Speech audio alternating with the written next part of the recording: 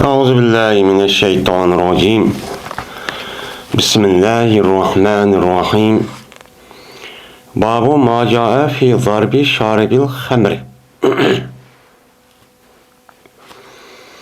Meni bu arak içkisini uruş hakkında kelgen meni hadis ba Peygamber aleyhissalatu vesselam'da rivayet kılıngan. Meni Müslim üstedeki nima o bab deydimdi. Şimdi biz Kitab-ül Hudud degan kitapga kelgandik, ya'ni İslam dinimizde muşundaq cinayetler, yani cinayet emas, yani günah, masiyet emas. Şunun içindeki ma'lum, yani İslam dinimizde mukaddes deb qaragan 5 narsa var. 5 narsaga aloqador bo'lgan mushtaq bir jinoyat o'tkazib qo'ygan bo'lsa, uning qarta bu İslam dinimizniki mana buningki jazosi qandoq bo'ladi deb. Oldingi darsimizda bir bab o'qigancha bo'ldik. Ham hudud degan nima? Degan ustida to'xtaldik. Ya'ni hudud degan bu yerdagi jazo. Ya'ni İslam dinimizde bir adam shundoq jinoyat, gunoh yoki ma'siyat yoki harom bir ishni qilib qo'ygan bo'lsa, shu bekitilgan, shuningki jazosi u qandoq bo'ladi? Men shu kitobda.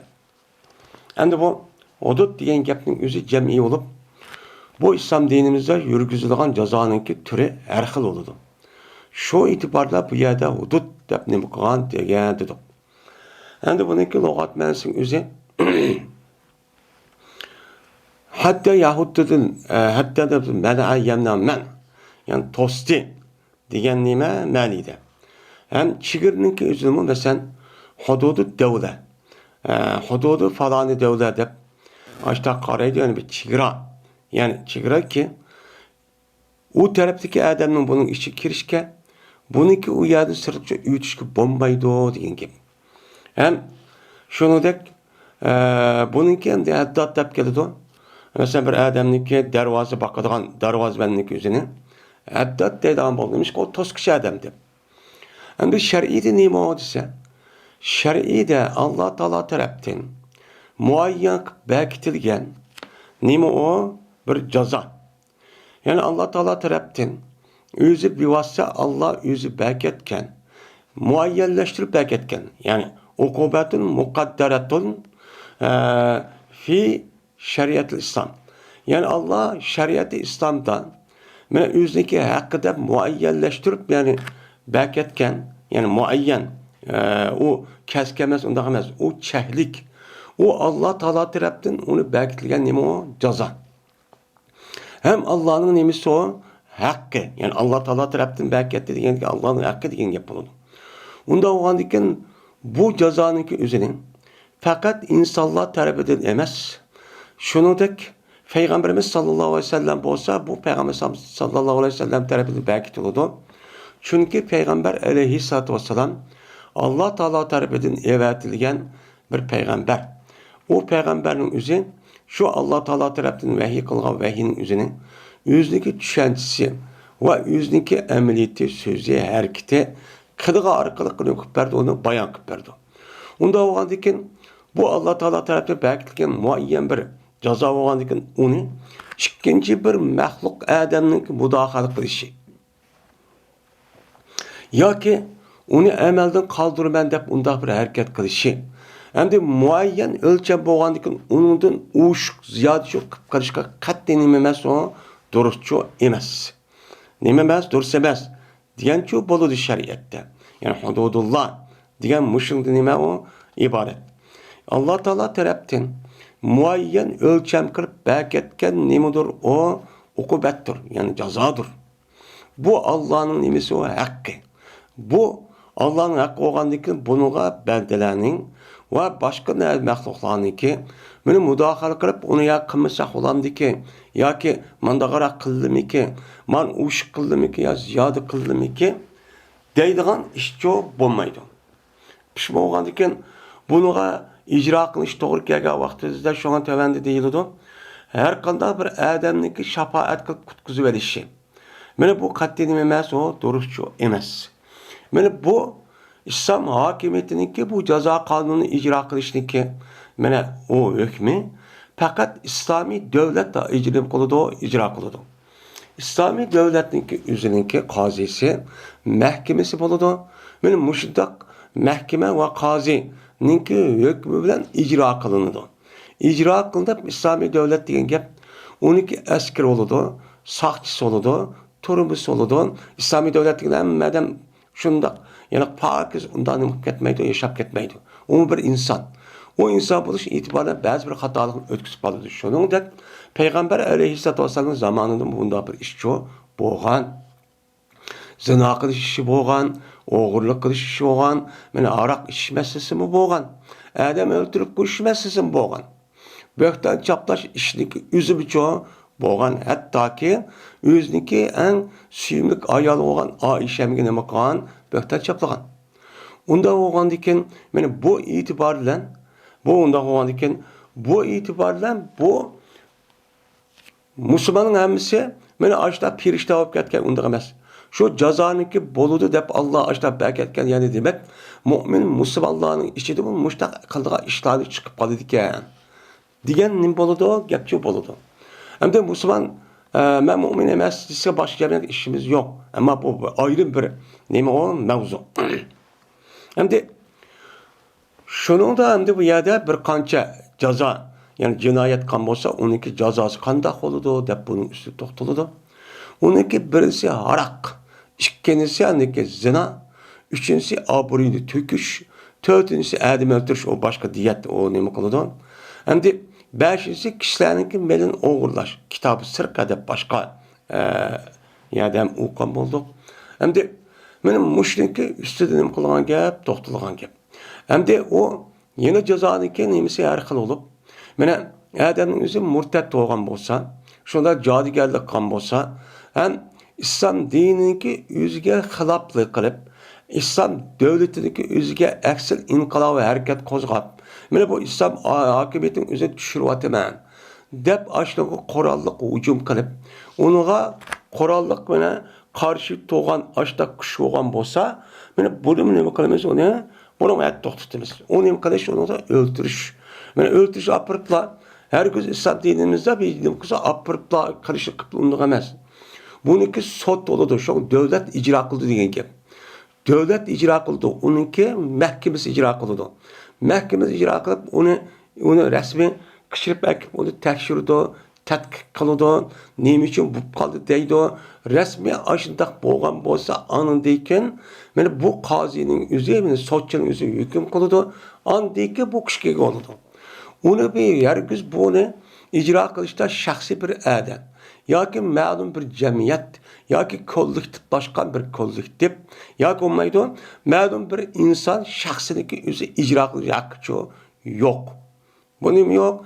Hem de çünkü İslami devletten gap Allah'a vakaleten İslam ahkamlarını ve cezasını icra kılgan nime o kurum yani kuruluş diyen nime oldu o gap oldu. Onun için şu bu İslam devletinin yüz icra kıldı. İslami devlet bombağa vakti kanda kıldı hazır günümüzde gider. Benim müştak cinayet kalgan bolsa uçağınızda da şu amal ba istihbar etip onunla mal töleş olsa eğer amal ba mal töle biriş müştak kılış arkalık anındayken tövbe kılış müştak arkış uçup buludu. Yani İslam hakimiyet yok. İslam hakimiyet yok olup hazır emmeli bir grupun üstü apırıp bu da andakıldı, mandakıldı dep uçağımızda hem de başka da atalığı var. Atalığı bu kağa bolsa demem de. Hem de resmi buluş gerek. Müştak bu kadar adı icra kıldı. Bu mesela o cemaatin Müslümanlıkta onu murtad dep hüküm kılıp o dursemez. Devlet buluş gerek. İslami hakimiyet, resmi Peygamber Aleyhisselatü Vesselam kurup bergen hakimiyet, o devlet, şunu da Hulapa Raşidlar'ın yüzü kurup bergen, devlettek, aşıdak, hakimiyettek, devlet buluş gerek. Andaki bulunup kılıdı, icra kılıdı. Şunu da, onun değil ki İslami halafette vatkan, şu devletlerin yüzü aşıdak, icra kılan, şundan buluş gerek. O yerde apırıp, bu yerde apırıp, bundan öğünden onu bulmaydı. Ondan o adike hazırki babdaki yüzü, Mana bir odamning o'zi aroq ichib qolgan bo'lsa, aroq ichga odam haqida payg'ambar alayhisolatu vassalamdan rivoyat qilgan bir necha nimalar bor, hadislar bor. Mana oldi bilan mushundaq jinoyat gunohniki o'zidan oprid bundoq emas. Bu nima qilib islom dinimiz oldi bilan buniki xato ekanligini va uniki to'g'ri emas ekanligini, shuningdek uniki aqlga va mantiqqa to'g'ri emas ekanligini buning uchun nima qiladi, uni tushuntirdi. Mana insonlarning o'zida, mo'min musulmonlarning o'zini bunda bir ishni qilmaslikqa, uni saqlashga nima qiladi, uni undaydi. Shuningdek, mushundaq ish qilsangiz, unga Alloh taolo manda mukofot berdi deb uni uchun nima qiladi, o bakitdi. Bu islom hokimiyatidagi asli, ya'ni ijro qilishda odamni o'ldirish emas. Nima qilish? İslamning nimasi asli odamni saqlab qilish. Chunki Alloh taolo bir odamni vujudga kelgandan keyin uni yo'qotish emas, uni davomlashtirish. Uni shu ma'lum muddat yashash haqida meni belgilagan bo'lsa, shuniki umrni shuning uchun nima qilish. Shunda o'g'loniki ba'zi bir xato ishib qolsa, uni amal va chiroyli gap bilan udu ila sabili robbika bil hikmati val mau'izatil hasana diye oyatga asosan nayt güzel, yani güzel bir şekilde aqlga muvafiq usulun upta usulunu қолданып, muştat davet qilib, anidiki bu xato deb jamiyatda umumyüzlük bunu seskinadigan, hammadan bunda bir ishni qilmaydigan holatga akirish kerak. Mana mushunda qilsa anidiki savob bo'ladi, bunda qilsa anda bo'ladi, Alloh la'nat etadi degan gapning o'zi mana buning ustida to'xtalgani shu. Hem tövbede arak şikayeten bolsa, onunki mene ehvalı qanday qılıdı. Enes radıyallahu ta'ala rivayet qılındı. Hem de bu yerde Peygamber sallallahu arak işkişi hakkında kelgen bir hadisi var. Yani onunki hata ekanligini başka hadisi desem, bunu Peygamber sallallahu şu hadiste. Hem de yine birisi arak işke adamga bekitilgen cazadaki üze bu Peygamber sallallahu sünneti arqalib, Peygamber aleyhissalatu vassalamniki sünneti ve Peygamber sallallahu ashabul kiram bo'lgan xulafa raşidlarniki mena ashniki nimasi bilan mena ularniki yo'l qo'yish bilan buchu ijro bo'lgan bir hakka vat bo'lib muqimlashgan. Ama bu nimada yo'q, Qur'onda yo'q. Ama bu hadisda bor. Endi bu babning o'zida Peygamber sallallahu mushu araq ichgan bo'lsa, bunuga jazo berish haqqidagi o'zida mena qandoq cazanı verildi. Bunun üstüne koyumuz toxtalımız. Min Enes radıyallahu ta'ala rivayet kılındı. Şuna da cezbe Peygamberimiz sallallahu aleyhi ve sellem dedi. Yani bu yadım ayetisi toxtamayım de. Bu yadım demez ahirki yine Enes rivayet kılındı. Bu ikisi okşaş. Ama ravilik yüzü okşamaydı. Yine ikinci hadis. Enes radıyallahu ta'ala rivayet kılındı. Enes ibn Malik radıyallahu ta'ala anladın. Şuna da ki cezme Peygamberimiz sallallahu aleyhi ve sellem urdi Peygamber aleyhissalatu vesselam arak hakkında, yani arakını içken kişi hakkında benim bilen xominiki şahlar bilen, keşler bilen şundak nime kıldı urgandı deydim. Ve şunu da urdi Ebu Bekir radıyallahu ta'ala anhu 40 nime kavçıcı urgan. 40 katimci urgan. Yani 40 yani sanining o'zida bir ikki deb urib, mayli nemida olsun, yog'ochda olsun, xomining darig'ida olsun, yoki kash yoki boshqa narsada olsun, yoki boshqa ism keladi, kiyim bilan urgan deb. Mush kiyimniki yag'dirib bilan urib, mushtaq cho'qqan. Buniki soni 40 bo'lishi kerak. Mana Abu Bakr roziyallohu ta'alaning zamonning o'zida buniki o'zida 40 cho'qqan. Endi yeni bir rivoyatimizda Payg'ambar sallallohu rivoyatimiz tomanda ham keladi. Payg'ambar sallallohu davrimizda aroq ishga odam ozdi. Ularniki shu jamiyat hammasi bir ulg'ich, hammasi bir ittifoq bo'lgandikin, aroq ishning o'zi nihoyat andi sandi bo'lib qoldi. Shuning uchun u yerda ijro qilishda eng yengil shakl bo'lgan shu rivoyatning deyishcha, mushundaq xominiki shoxlari, shuningdek oyoq va shuningdek mana kiyimlar bilan urgan. Va boshqa rivoyatimizda Payg'ambar alayhisolatu vasallam 40 dar urib, 40 dona qamchi bilan urdi degan nima hadischa bor. Lekin bu hadisning o'zida Imom Buxoriy rivoyat qilmaydi. Fakat İmam Buxoriyning o'zi shartga tushgan. Mana shu hadis rivoyat qilish, shu shartga tushgan shartga shu hadisni rivoyat qilib, buni da fakat mana xominiki yog'ochlar bilan, ya'ni çuyuk binaş kerak bilen deydi. Yağaş yani bilen ya şuningdek mana oyoq bilan shuningdek va kimlar bilan urganligini o'zi uchun rivoyat qiladi. Unda bo'lgandan keyin fikr ulamolarimizni ko'z qarashicha, ya'ni mazhab ulamolarimizni ko'z qarashicha bu ikki. Birisi ularniki ko'z qarashicha payg'ambar alayhissalatu vassalam mushtoq nima bilan, mushtoq yog'och bilan, oyoq bilan, unini boshqa men kim va kaza narsadan urgan. Mana shu narsalarni urimiz deydi. Bu hadis asosan. Bunu ulan urimiz. Bundan başqa yine bazı ulamolarimiz bunun içinden bundan başqa yani keyingi davr paydo bo'lgan qamchi bilan, darri bilan urishqichi bo'lmaydi deb qaraydi. Lekin ba'zi ulamolarning o'zi, ba'zi ulamo shu qaraqni urimiz degan ulamolarning o'zida, ya'ni shu nima qilamiz? Yani ya yo'q yog'och shu oyoqdan urimiz deganlarning o'zidan u keyingi davrimizda Abu Bakr va Umar roziyallohu bo'lib, Umar roziyallohu davrining o'zida bu dar bilan urgan. U chog'imizda bu dar bilan ursaqmichi bo'ladi deb nim qiladi, qaraydi. Hamda bizniki Hanifiy mazhabning o'zida buniki o'zini dar bilan urimiz. Yani Peygamber rahat qilgan umu kifoya. Lekin ma'noda urimiz. Rasmiy urush degan bu jazo bo'lgandan keyin, bu had bo'lgandan keyin bu jinoyat qilgan odam buni dadini tetish kerak, ta'mini. Ikkinchi bunda bir ishni qoid qilmaslikqa mana ashuna ta'sirchi qilish kerak. Ham atrofda qolayotgan ash jamoatning o'zi buni qarab, men mushta ish qilsam, uningdagi bu men mushta bo'lib qolgan deydigan, uning nafratligan qilishni to'sadigan holat shakllanish kerak. Bundaq bo'lsa, mana keyingi davrning o'zida sahobalarning o'zi xulafa rashidlardan mushta qilgan deb nim qilib qaraydi. Ham son masalasi o'zida 40 tane qilibmiz degan gapni payg'ambar zamonida bu ishni 40 tane qilgan. Başka rivayette bazı dediğimizde. Şimdi bazı ulamolarimiz 40'ın urimiz deydi bu şeyde asasen. Bizdeki Hanifi mezhebindeki üzere bu 40 emas 40'tan azıp kalıdı. Bu nima o 80'ni urimiz deydi. 80'ni urimiz neymiş bunda deydi? Çünkü Ömer radıyallahu ta'ala'nın zamanı kelgan vaqtimizda bu hayatning o'zi insonlarniki etrafida yengida musulmon bo'lgan har millati kirib bunda o'qimaymışda qolganlikdan bu jinoyat yiqib ketgandiki shuni bunu 80 chiqargan.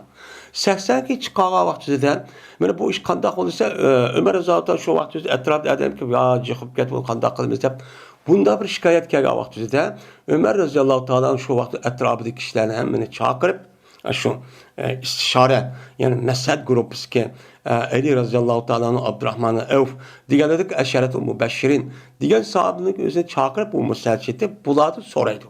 Sonra vaktinde Ali radıyallahu ta'ala'nın bir adam harak ise mest oludu. Mest olsa o adam hezilan.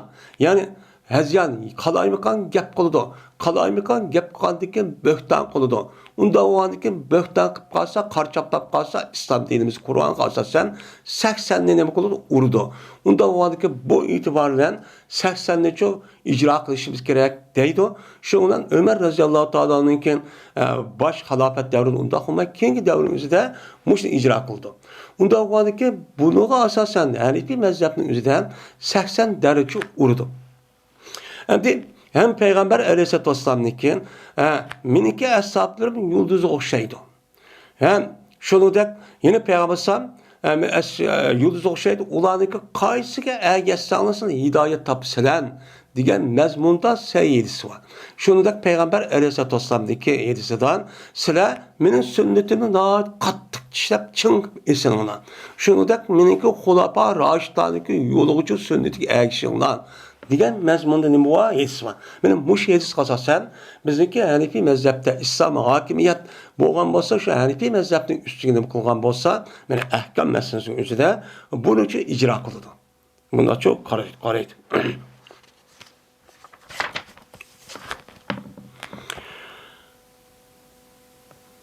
Babu men emara bi darbil haddi fil beyt. Endi bu yuqorida deyilgan nimaga asosan bu jinoyatlikka o'zi o'tkazib qolsan, qolgan jamoatdan oyatga asosan, qolgan jamoatlarni bir qancha jamoat akirib buni ko'radigan ochiq oshkor yerda qilish kerak. Nimishqa? Maxfiy qilishga bo'lmaydi deydi. Nimishqa? Chunki maxfiy qilib qolgan vaqtida bu Cazaniki asli yalaki gayesi maqsidin qolgan bir adamni bundaq bir jinoyat qilib qarashib tusish. Men iman edi. Unda o'ylaymanki shundaq cho'q qilish kerak deydi. Endi shundaq bo'lsa-mu, ba'zi vaqtimizda maxfiy qilib bo'lamdi, bo'lmamdi. Shuning asosan o'limalarimiz shundaq bir jazoni ijro qilishning o'zida maxfiy qilish cho'q bo'lmaydi degan tushuncha bor ekan. Shu tushunchaga asosan Imom Buxoriy bir adamiki buyurdi o adam mana jazoni ijro qilishda uyda yani hatni urushda uyda nima qildi? Uyingizni qisingizmi bo'ladi. Uni alaydi jamoatni akib sazoyi qilib uni urib taqimisim uchun bo'ladi. Men mush to'g'riliq nima dedi? Bab dedim.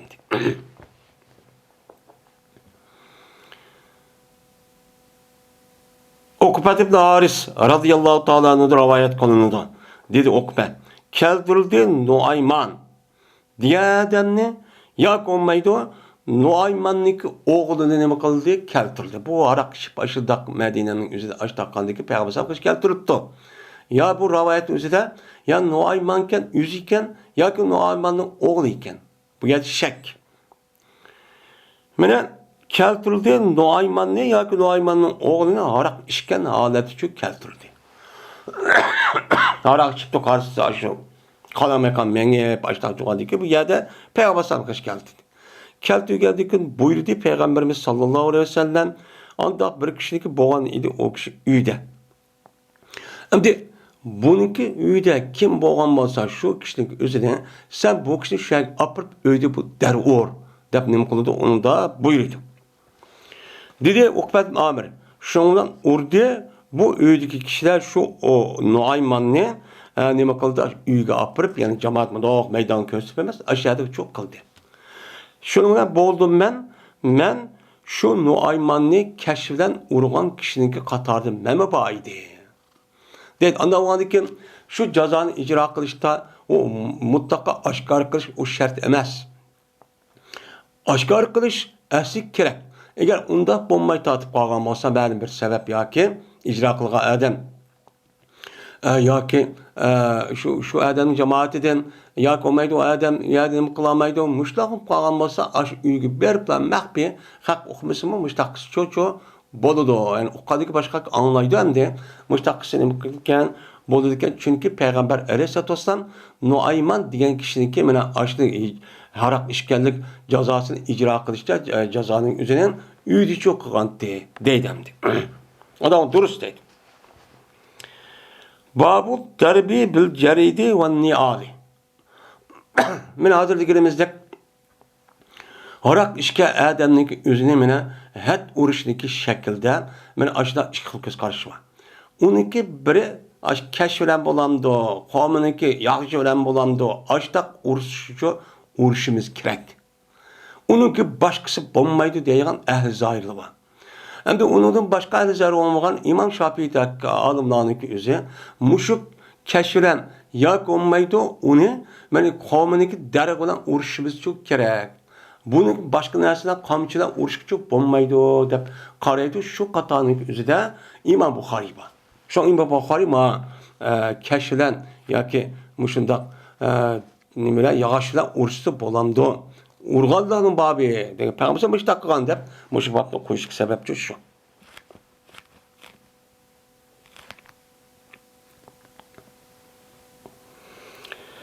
Abdullah Nebi Mulayki rivayet kılındı. Bu kişi Abdullah Uqbat ibn Haris rivayet kılındı. Şundan dep ki cezben Peygamberimiz sallallahu aleyhi ve sellem keltirdi Nuayman yoki Nuayman'ın oğlunu vaadol ki o mes idi. Sukran. Nima idi? Mes idi. Mes holatda Peygamber sallallahu aleyhi ve sellem akibdi.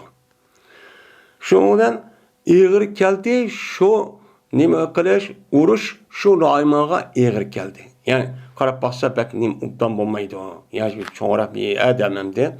Unda vasıtas ubdan bo'lmaydi degandikin shunga buyurdi Peygamber sallam, yuqorida undaq gap dedisi keltimi desi muvafiq ashitdi. Mahfiy qism bo'lam degan gap. Ma'noda undaq uni aloqasi boshqa edisi keltirib shu biz buni ishoratdan anında rivoyat qilgan o'sha edisi bor shu deb buni ishorat degan gap Imom Buxoriy.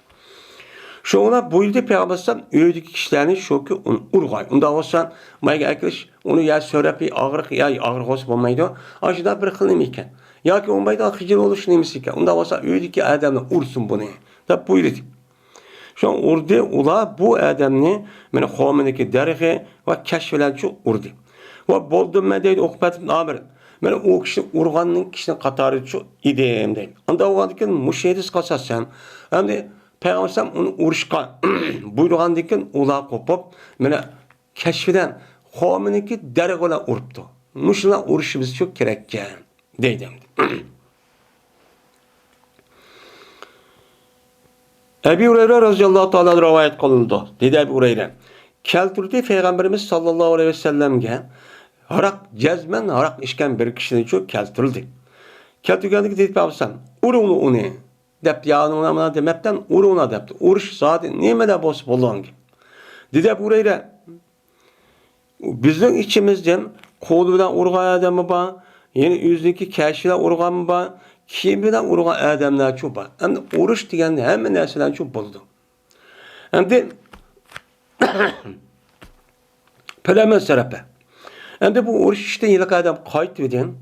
Hem de kayıtıp hem de cinayetini tügütüp açta kalır. Dedi bazı kon. Ehzakallahu.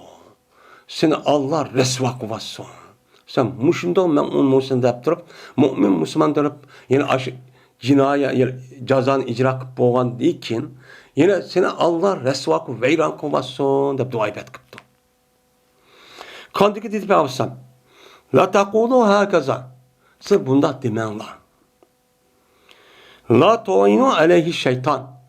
Bu kardeşinliğe, bu cinayet, bu ceza ağan, ceza yiyen, bu kardeşinin üzüge nim kılmanlar şeytan bilen yardımcı, şeytan yardım kılmanlar. La tu'inu aleyhi şeytan. Yani şu adamgen şeytanı, şu adamniki üzüge şeytanı ekirip, şeytan tehim ikinci katta işini kılışka nim kılmanlar, yardımcı kılmanlar. Şeytan işini kılmanlar. Demiş ka?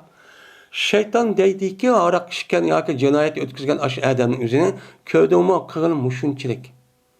Ya ki olmaydı kandak aşınak man takıp koydu. Hiç kandak yapaydı. Yeni kal. Ya sen müştak dedemez mi? Sen resva kılsın cinayet ötküzüp boğan deyken yeni bula senin asıl pakiz olutun. Pakiz oğanı kubul kılmay ehzakallahu deyip tıllavadı. Köydüğümü kandak bile yine aşınak turamsı kılmay bu işini deyip uçağınızda ağa yapıp koysak anı gururuk açık gelip şuna işkiz ketep nemi deyten deyip men resva kılman daksın deyip aşınak kılga adam bu kalıdı. Bununla andayken bu şeytanın işini kılıp kalgan gibi. Şeytanın şu işini küçükütüp kılgan ya adam kılgan bu kalırsa onda bir işini çok kılmanlar deydemdi. Demek İslam dini de bir adam cinayet ötküzüp, cinayetinki yüzündeki cezası tatkandikin bu dünyanın yüzüne kaparet olur deyimiz pakiz oldu. Onun deyiki kıp boğandaki bu adamın üstüne ikinci bir kata başka adamınki gap kırış hakkı yok. Sen oğurluk etkensen, köyden vay oğru, sen zina etken, vay zani, sen arak içip gelsen, vay arak gel, deyiş katli dursunuz. Onu günah tügüdü. Tüygendikin appak oldu yiyip. Appak o kadar beni onda atılacak, ne bu bökten buludu, hata oldu.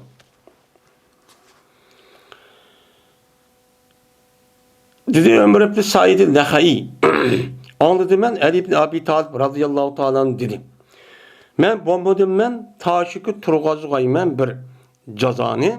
Men bir adamga onu dikin o adam ölüp ketken. Onda ço ölüp ketken. Onu dikin meniki nefsimde bir açığım yani gam onda bir işni tapkayman. Men onda ço tapkayman men onda ço bolmayman. Vay bir hayatını icra kırıp onu icra kıp boğandikin anı dikin bir iş olup ya ölüp açtakıp kesse bunu hiç kandak vaktimizde konumda hecep işini kıp kaldırıp da puşay bakıldığı iş çok olmaydı. Dikin harakının ki ilgisi olan kişi de icra kıp kalsa açtakıp kaldı. Ama harak işkenden başka oğurluk kıptı ya başka cinayet kıptı onu açtak cezanın ki ceryanında bu adam ölüp ketken olsa o öldü tüydü. Bu o adamniki ölüp ketken bolsa mesela ölmeydigan bir cinayet cezaken şu vaqt özünde bu ölüp ketipti. Ölüp ketken bolsa uçağınızda bununki Cinayet bulamdı, töylep beremdi, kandak kıldı degan ölmanı ixtilap var. Bunu karta ölmanlarımızın bazısı, yani bu şeyde asasen, onunki kendinki özü nime bekan. Ölüp gelse o cinayetini jazalayman deb ölgəndikən bu adam aş səbəbni öldürməyən cəza. Unda olankin başta ölüp ketken bolsa onunki cezası bekarçı boludu. Onu tölə bir iş üçün olmaydı. Ya o adam ya ki devlet ya xəzinə böyle bir iş yok değil. Bəziləri ya aşdaq bu qalğan bolsa uçanızdan bunu tölə berdi. Ya ki şu icra qı adam şu ya devlet ilgisi o adam ya xəzinədən bir iş gerek deydi. Müda ixtilaf var. Cezbeşen eğer ölüp ketken bolsa, men aşağı harak işke adam, eğer ölüp ketken bolsa o adam, nim kılman vadito. Men onu tölençu beremen deydim. Men vada yedi diyen gepnin üzerine rama yermidek bunu men naks. Vada yedi diyeten deydi. Yani tölep verdi. Cerimanı şu töledi. Diyen nimede menide. Öyle aşıda kılıç demiş ki onda kalemesi çünkü Peygamber sallallahu aleyhi ve sellem bunda bir harak işke adamginin üzge cezanı icra kılıp ölüp ketken bolsan onu törep berdi gepni yol koymagan. Koymagan dikin onun için nim kılmaydı o işini çok kılmaydı. Ama onun başka cinayetini ölmeyen bir cinayetken onu icra kılıp cezanı işte ölüp ketken bunu konu kam kılıdı. Onu andikin ölüp ketken aşo Mehtun'unki egillerge anındaki bunu ançılık verdi, mançılık verdi dep devletninki nemesinden, hazinesinden ya ki kasten açta katkan bolsa icra kan ya ki sakçı nime onu tövletmeye deydim. Ben İslam şeriatindeki nemesi şu benim hoşumda ibaretten. Sahibinde Yazid'de rivayet konuldu. Dedi sahip. Bir biz keltirildik. Harak işke adamni Peygamberimiz sallallahu aleyhi ve sellem'niki zamanında ve Ebu Bekir'niki mine halafet devriden ve Ömer radıyallahu ta'ala'nınki halafetindeki baş terpiden mine bizge nime kıldık? Bizge harak işke adamni için keltirildik. Yani ekelite o sakçıların yüzü. Mine harak işipti o. Mes yürüydü o. Demişler şu ekeltik. Şundan turttuk. Harak işke adamiga bizim kolumuz bilen, keşlerimiz bilen ve bizninki ridalarımız bilen, kimler bilen uruş küçüğü biz turttuk. Şuna vurduk. Hatta ki buludi Ömer radıyallahu ta'ala'nın halafetindeki ahir devre kelge vaktizden şundan Ömer radıyallahu ta'ala'nın andaki nime kıldı 40 tane derçi urdan buldu. Şimdi Ömer radıyallahu ta'ala'nın zamanındaki halafetin ahir devri. Aslında ahir devri emez, baş devrinin üzeri yani otur devrinin üzeri boğan gibi. Çünkü Ömer radıyallahu ta'ala'nın zamanında etrafta yine İslami devletindeki pettikan, azatkan cayları bekleyip gitken. Şu vaktin üzerinde yine Sasani'nin sulalısının üzeri. Yani aşağı şerh taraftan hatta ki otur Asya'ya gelişirik. Yani Asya'ya gelişik hem misyon o aşı İslam devletindeki hududukça ötken. Yani çığırışçı ötken. Şundaki şimal tarafı mı şu Suriye, garip tarafındaki özü Mısır'dan tatip, Yemen, Canub tarafından hem mesele geldik. Asas cihati pettiço kıllıgan. Uçağınızda yeni Müslüman her xil öyle ecnebi yani Arap olmağa bir adam navattı. Onda o vakit uçağınızda işte harak işgal onu adam alıp getirip andikin Ömer radıyallahu anh'a mene aviyat edilmezdik. Mene aşı mesele sağandikin bunu İli radıyallahu anh aşağıdaydı. Digendikin mene aşı böhtan çapılgan buldu ahırda bunu böhtanniki Kur'an'da animesi var hükmü var. Deval turup andikin Ömer radıyallahu anh'ın bu yerde 80 kamçı urduyin bir edildi. Hatta vakti ki hatta vakti ki atav şirketin işip gidivedi. Yani toxtuma aşağıda buzuk işlerini olan it kılıvedi. Atav diyen gep atav diyen gep buzuk işini kıldı diyen gep. Yani şirketin işip gitti diyen gep. Pasaka diyen gibi çektin işip olan pasıkçı boşta kılıp kımman diyen olma çektin toxtumay üç başta kılıvedi. Kandak kıldı urdi Ömer radıyallahu ta'ala'nın 80 derinci urdi. Değil. Onda o diken men ahırki devrimizde kandak mukumlaştı 80 der uruşu mukumlaştı deydim.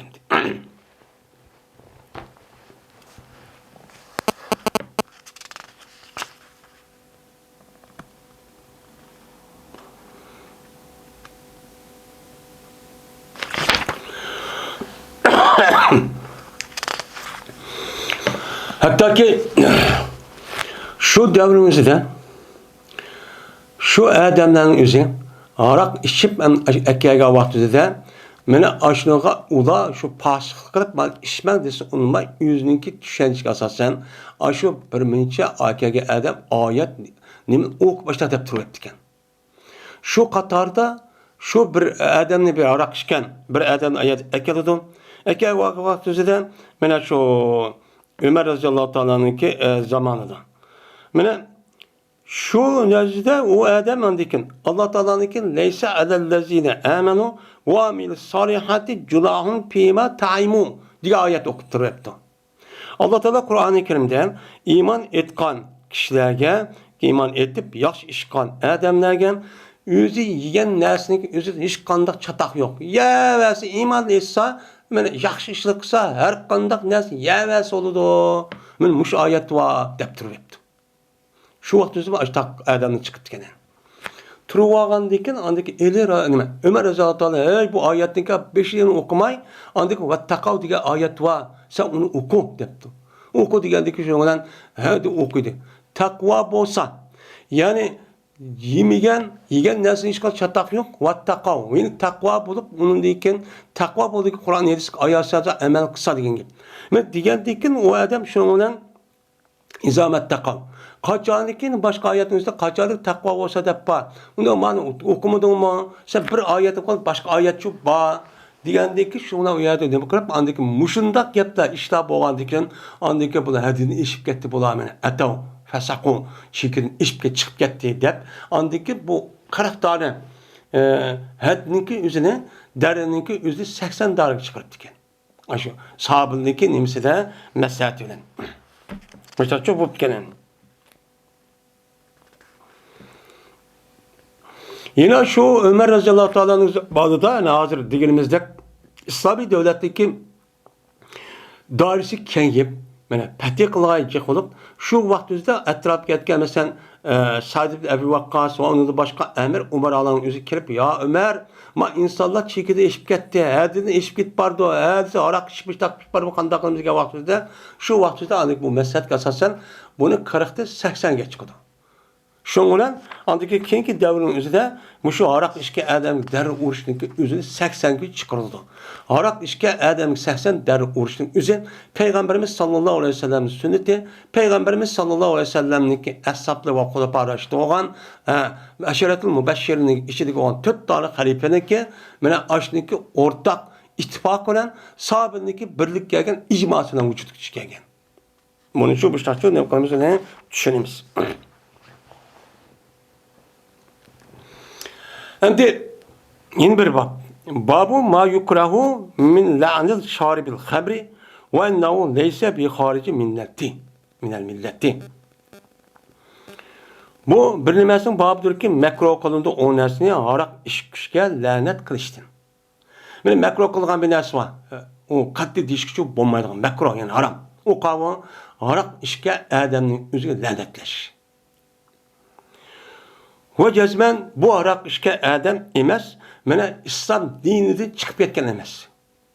Onda o anıken o arak işke adamga icrak boğandaki cezanın üzerine kayıtıdan onu lanet et. Allah ne olsa sana Allah'ın laneti olsun. Vay ben on dep onda tıllaştın üzerine hakaretleştin üzerine nememez o duruşçu emez.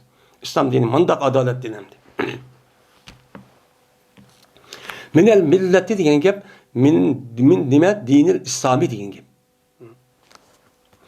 Yani demek mene bizniki aldığı dersimiz degandek gunohi kabir adamni qilib qolgan adam o'zi dindan chiqmaydi.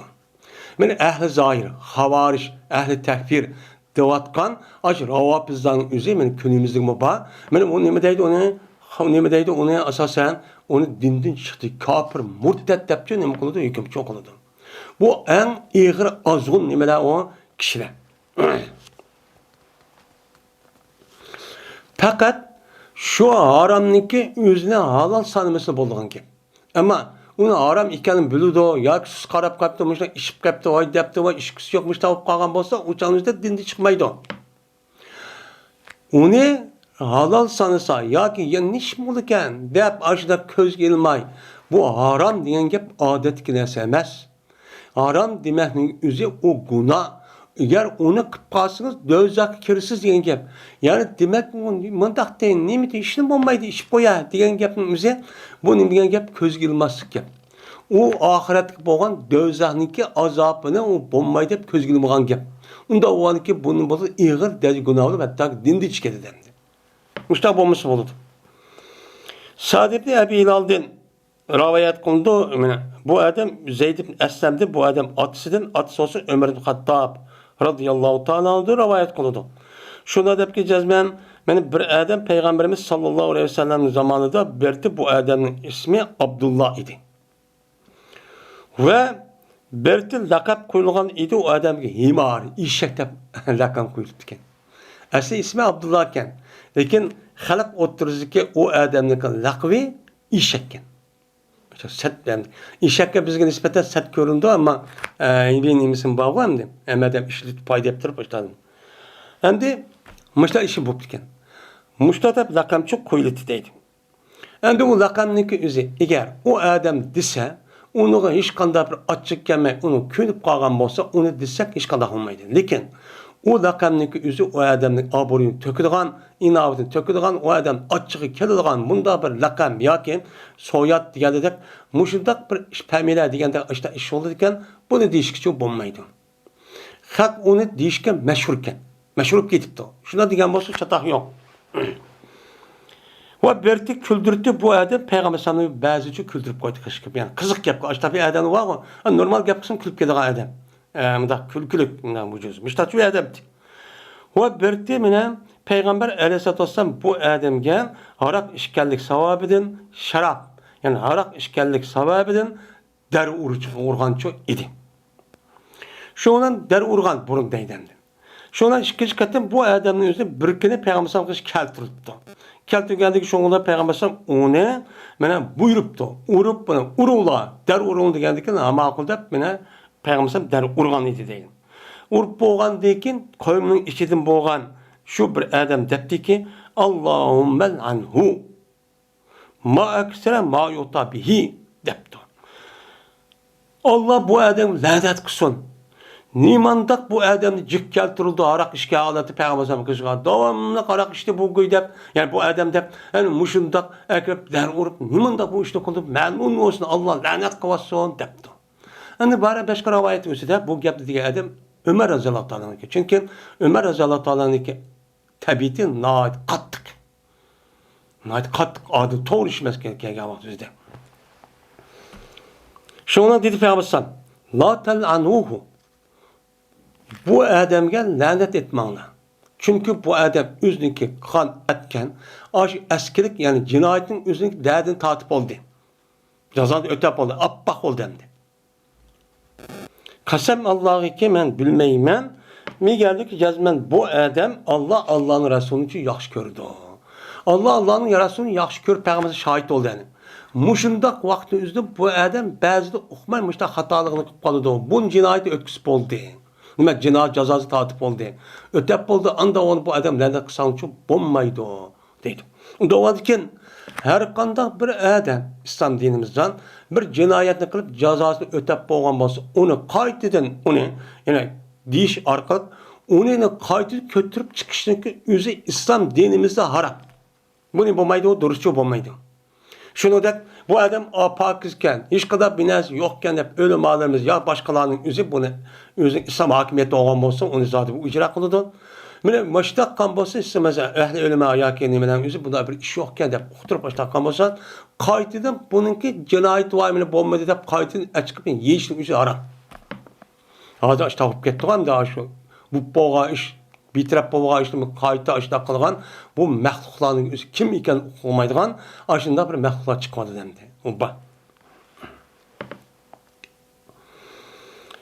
Yine Ebu Hureyre radıyallahu ta'ala rivayet kıldı dedi Ebu Hureyre keltirdi Peygamberimiz sallallahu aleyhi ve sellem iken bir mes'edem için keltirdi.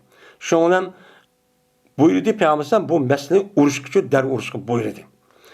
Şunun için bizim içimizden onu koluyla urgan ve şunu da köşküden urgan ve yüzünü kim bilen urgan kişiler var idi. Bazıları kolu bilen, bazıları kim bilen, bazıları ayık olanmışlar. Urga adam çok baydı. Bu adam kaytıvidi dedi, komünişin yinamadın boğan bir adam. Madahu ehza liman ehzahullahu. Nim boldu bu adamga? Bunu Allah Resulü kılsın. Nim boldu bu adamga degeni? Vay nimiş gel bu adam ötken ötken latı kelip bu der urulgan bir adam değil ne çıkarttım? Nim boldu bu adamga? Bunu Resulü kılsın tamamını kelamdımış o depti. Diğer Peygamber dedi ki: "La takunu evne şeytan ala ahikum." Bu manasıyla şeytanniki, seninki karındaşlarınki zerrigen yardım berdiğanlıkka, benim bu manla yardım belgisi olup ondan çok bu manla. Şeytanı tekeyma aş küskürtüp anıdiken aşladı sen şeytan bunu kızıkıp köydüğüma sen ayeti ceza ötep bozsan mı ondaki bu adam seni kabul kılmayın. Sen nimdi vadıdıma ya da Allah Resulü kuvasın, seni veyran kuvasın, yüzünü tüy kuvasın depti. Ondan olsa bana cezanı ölsen appak bulab dikense kıla inan içe deydi anı. Şuna bir adamımızı bir cenayet ötküzüp bir hatalı ötküzüp apu kılıp onu tövbe kılıp boğandaki kaydı onu taraf yeni nim kılsan dep şunu dep İslam dinimizde bir adam özü bir hatalık ötküzüp boğan bolsa onu tövbe kılıp biz gülmaşıda kılımız kıp boğandaki tövbe kıldı bu adam dep yine akıda bu adam sen mantak kıldın dep o adamı tallap mantak kılıştın ki her güççü duruşçu emez. Eğer İslam hakimiyeti olup onu cezalaştırışı olsa cezalaydı. Ama bulmagan olsa bizdeki onunki zahirda nime bir adam günah ötküsüp kalsa onunki zahiri Müslümanlık zahir bildirir ki derhal hata hüküm bildirdi bu tövbe oldu deyimiz. Onda o vadaki kayıt edip bunu açıkıp sen anı kıldın, manı kıldın deyişin üzerine bu nime mesela durursanız inavatını töküdü. Bu ağır derece nime o cinayet.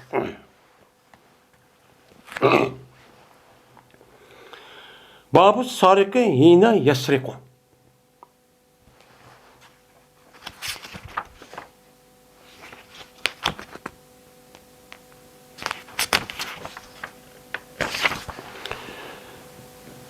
Bu hem yukarıdaki babın özü de harak üçü toxtaldı. O tügedi. Hem de harak boya babapta hem de oğurun hakkı geldi. Oğurlanıki hakkınıki oğur toğruluk baptır ki o bir zamandaki oğurlaydı. Oğurlanıki özü oğurluğa vakti özde kandak bir halet boludu. Ben muştum üstündeki o bab deydi. Hem oğurluğa vakti oğur emez. Hem buradaki siptik asası oğur dep atalsın. Ama oğur degen, oğurluk degen aşk kılındık işte ka vakti özü de aşk işine hepleşip katkalata kandak bir halet boludu. Ben muştum üstündeki o bab deydi. İbn Abbas radıyallahu ta'ala rivayet kılındı. Bu adam Peygamberimiz sallallahu aleyhi ve sellem rivayet kıldı dedi Peygamber. Zina kılmaydı bir zina kılışı adam mene yüzü müminlik adette nim kılmaydı zina kılmaydı.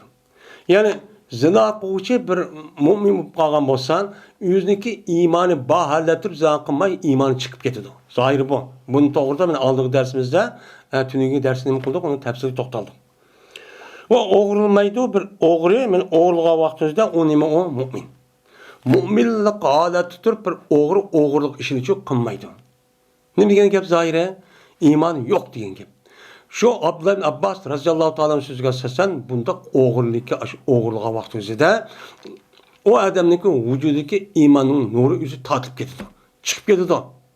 Çıkıp ketkendikken onu kayıt kirememdi mene aldığın dersimizi gentek bunun nemi var ihtap çoba. Eğer tövbe kan bolsa mene kayıtıp geldi bomuz çıkıp gitti şu ona kapırıp gitti zahirlan ehli zahirmişler deydi. Oğru kısa bu din çıkıp gitti. Mesela Mu'tezil, ehli havariş, ehli zahir, ehli tekbir devetken diyenler müştakçı nemi kılıdı mene hüküm çok kılıdı. Yani Peygamber aleyhisselatü vesselam oğurluk kavaktida oğurluk kılıçınınki oğurluk kavaktida iman ve Müslüman boğan olsa onunki vücut iman çok kanmaydı iken. Yani iman kanmaydı degen gepning özü kamil iman çok kanmaydı. Hem de burun kılmağa vaktida iman küçükte resmi kamil mükemmel olup o adam işte kıldırmağandı. O neyse onu adamı kıldırmağandı. O adam kıldırma iman acizip gitti. Güç yetmedi. Güç yetmegendeyken yani kamil mükemmel mümin adamcı bomba yani pasif. Nime o pasif oludu ya münafık oludu. Ana bu tövbe kısa yine kayıt edin. Uçanı yine yaxşı adam çok bolan gibi. Bu andi. Bunda bir işte kılışta iman ve hadisinin üzü takliz hem teşdid deydiğen nima var, usul var. Ev peygamber yedi sadı keledi. Muşundak naiti bu günahın üzü halkı naiti nefretlendirip bu işte eski kafirler kılıktı. Unda onun mümin Müslümanlar çok kınmaydı o karindaşlar, müminler. Unda bu işte kınmanlar, kafirin kılığı bu. Bu biz kafir olup kalırsalar, diyen nima o gep. Yani kafir aynı bu kesse diyen gep çok emez. Bunun amal var, ağır ikenliğini uqtırış, yani teşdid, təğriz deydi bu. Bunu da ne kılmamızı düşünürüz. Bunu şunda bir hata işte koysa, her gün din, ama din hiç ketmeydi, murtatip ketmeydi. Ama bunu ne çıkartım değildi ne?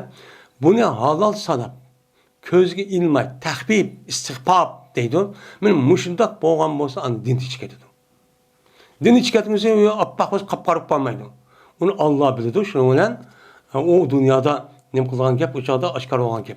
Ama dünyanın aşında kılıyor, bir yaxşı namaz okuyuyorsa bu zahirde boğan bile biz onu karttan zahirde mümin Müslüman da hüküm kılıyoruz.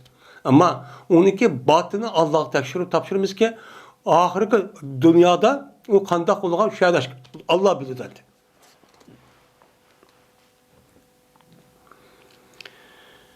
Babu lanet sarikı izal lem yüsemme. Bu oğru Adem'ge lanet kılışınki dur sonmaydı kalın babıdır. Kaçaniki atalmısa. Yani muayyen ismini atamayın. Muayyen ismini atamayın. Ben aşındak lanet kısı bolamdı, bulmamdı. Lanet degen gapning o'zi İslam dinimizde en ağır nime o günah. En ağır nime bu cinli boludu, bu iş boludu. En ağır cinayet, günah boludu. Bir adamning o'zi lanet qildim degan gap, asl lanetning lug'at ma'nosi yiroqlashtirish. Uni yiroqlashtirish, uni yo'q qilish, chiqarib etish, uni doirasining ishida degan gap bo'ladi.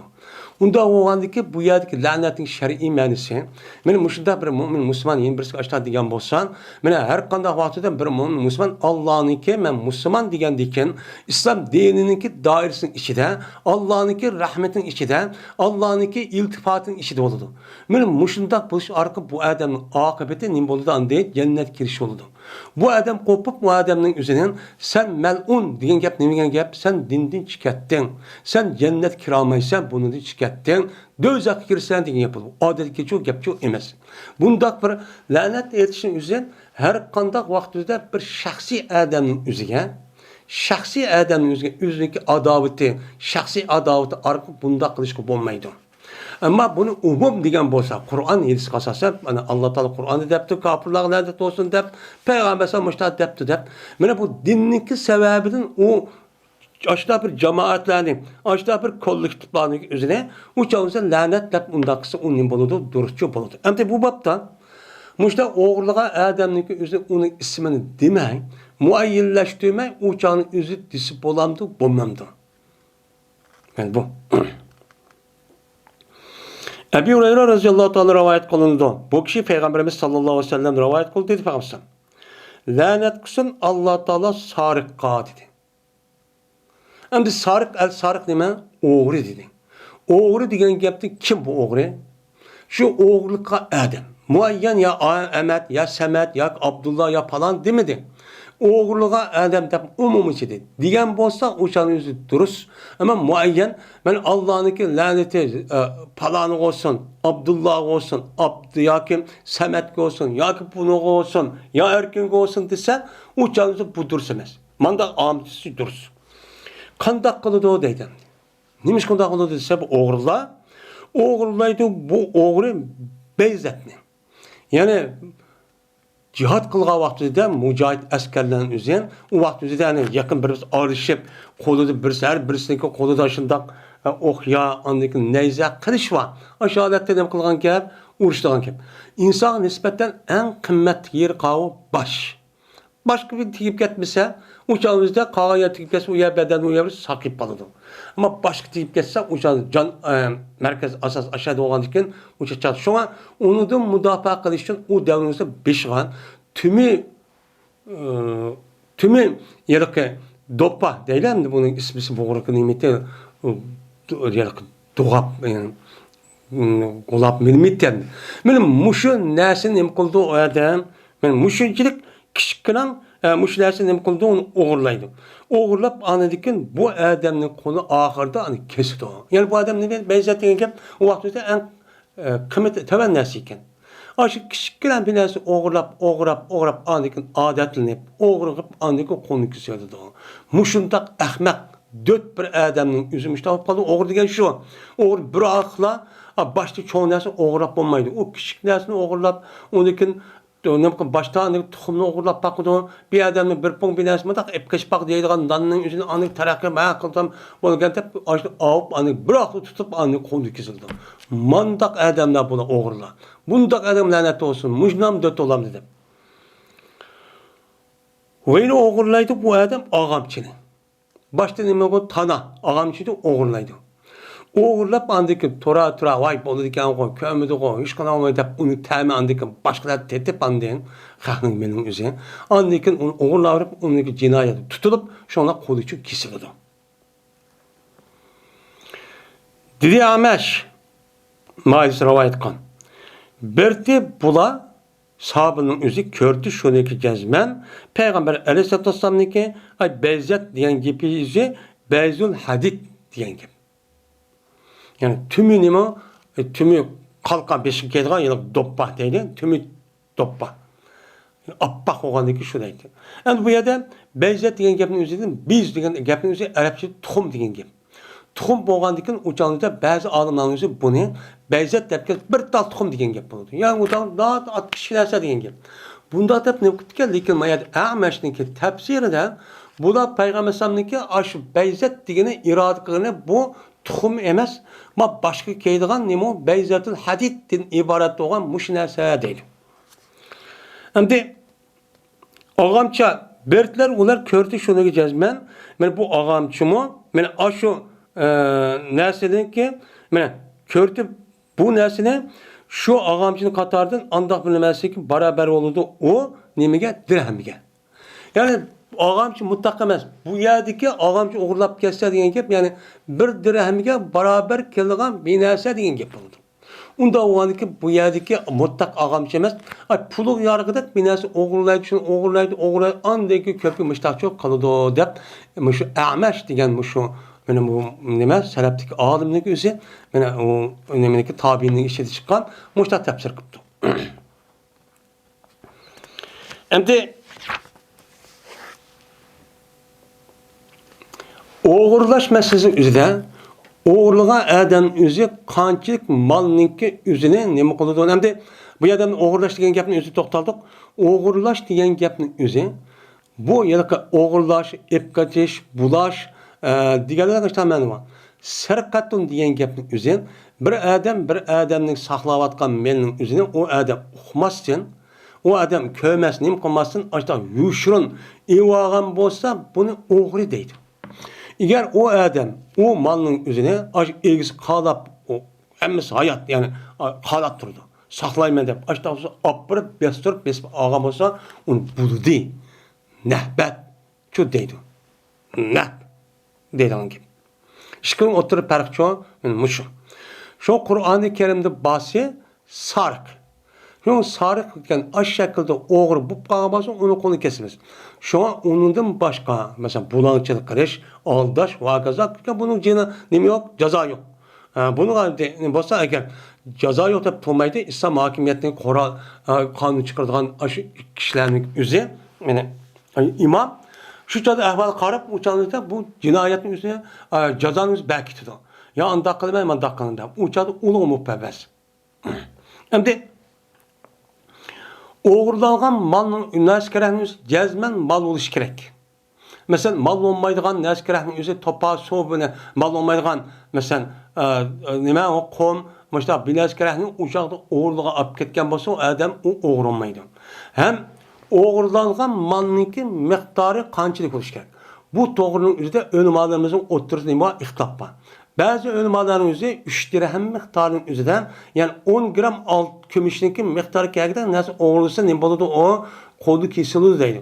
Bizniki Hanifiy mazhabning o'zida 10 dirhamga yetgan narsa olsa, shu narsa o'g'irlab ketsa, ani qo'li kesiladi. Ammo uniga yetmagan narsa kerakniki o'zi, mana 10 dirham degan 30 gram etrafı 30 neçe gram etrafı gümüş.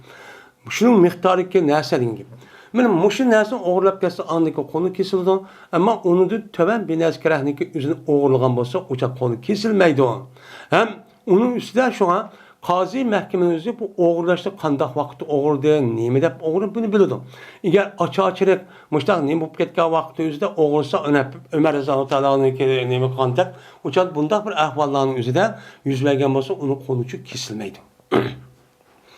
Hem bir kolunu kesişte qandaq kesildi. Mene bunu da oxşamağan rivayet var. Bununki nemizde kolunu müşahede kesip adılan gep. Yadındaydı. Bazıları kol takışı degen var. Lekin kesken vakti üzerinde 10 kolunun üzerine barmaqdan kesilen gepken. Eğer 200 katamı yakayıcı bu, onun 300 katamışlar kesip gepken. Hem de bu kesişin üzerine, kesişin üzerine, hazırki devrimizin üzerine daha iyi geldi.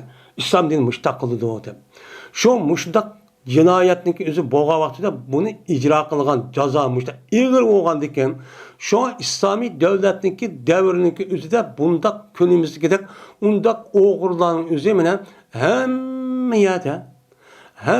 yerde aşı kutkunğuzdak aynıpçuk ketmegen. Mana insanların üzü aşında olup ketkenlikten hazır yüzünki üyünü takaş bir tane iş bilen ya bir tane üzerinden kifaye kılmazken onun işe 3 tane iş kırıp. Tek o bir tane kulp emez. O kulpun 4-5 tane kulpunu takap açta kılıdığan. Mana öğününki deriz şu derizler emez. Onu her xil narsa sırtı kaplaydıgan, nima qilgan uni mana etidigan aş halat küçük keliklik. Nima uchun undaq qiladi?